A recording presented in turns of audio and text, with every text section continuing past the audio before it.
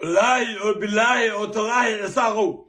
فرين كدن بيسينيدا nin hartiya ka heleen hadalkay maanta si fiican u dhageysta 30 sano Soomaaliland jirtay waa diiday Soomaaliland la wada leeyahay laakiin mid baa idin sheegaya qof dambe inuu soo ku dhiman magac Soomaaliland oo la saxaara jooga shalay meesha idinka xoreeyay waxay sanaag bay ahayd maantana xoreyntii sool baa bilaabanaysa xoreyntii sool idinka xoreyn lahaa waa bilaabanaysa hartina 20 sano ka badan doqon ma ahaan karo hadda idin sheegay harti 20 sano ka badan doqon ma ahaan karo warka meel ku qorta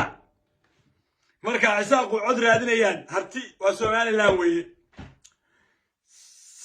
soolna waa Soomaaliland weeye marka cod ka raadinaysa 83 qof oo sool lagu dilayna waxa idin qoran ma naqaan annaga naqaan cid disay isaaq baa dilay waana naqaan meeshaan u dooranayno laakiin maanta maalin ma tahay Soomaaliland waxay cagta saartay wadadii burburka weeye wadadii burburka ha ku deeqdo berbera ha ku deeqdo burco iyo hargeysa dhulbaanta iyo samaroonna waa ka tashanayaan sidii shalay warsan gali kaaga tashtay sidii shalay warsan gali uu su'aal qof isaga soo sharaxin oo deegaanadiisa aad uga codeyn tii haddaba warsan gali kugu sameeyay tu ka daran haddana dhulbaanta ka filo berina waxaad ka filataa samaroon ka filo kaligeed cuntooy kaliga ali saddexda xisbi waa cisaaq xisbiga ucud waa cisaaq oo kan wadani waa cisaaq oo kan kulmiye waa cisaaq oo waxa uu codeynayna waa inaga 20 sano ka badan wallahi waan doqon ku ahaan 20 sano ka badanna inaadan ii dawladeen la soo dawladeen dama dhamaad ciidamada ugu badan ee Soomaaliland waxay joogaan gobolka Sool bay joogaan sanaag hore looga cayriyo looga xoreeyay gobolka Sool bay joogaan iyagoo ciidamada ugu badan gobolka Sool jooga baa 83 qof lagu dilay diiwaanka beesha cisaaqna waxa ugu qoran ma naqaan ana idin sheegay diiwaanka beesha hartiyada dhulbaanto waxa ku qoran cisaaq waa rageeni laayay laakiin mid baan ku sheegaya tilka ayyam maalintaada sugaysa waa ballan waxa igu badana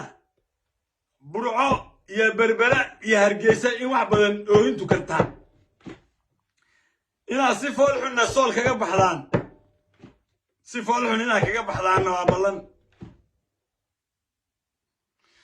sida shalay kaga dhacday sanaagna wax yar bay ahayd midda idinkaga dhacaysa sool waxay marxaanti idin noqonaysaa midda idin ku sameyn doonaan samaroona hadda la leeyahay maalinta magaalada hargeysa waxa ku qabateen xayawaan loo cambareejiq oo niman idinka watay oo dhoofinayay baa tiraahday waa qabanay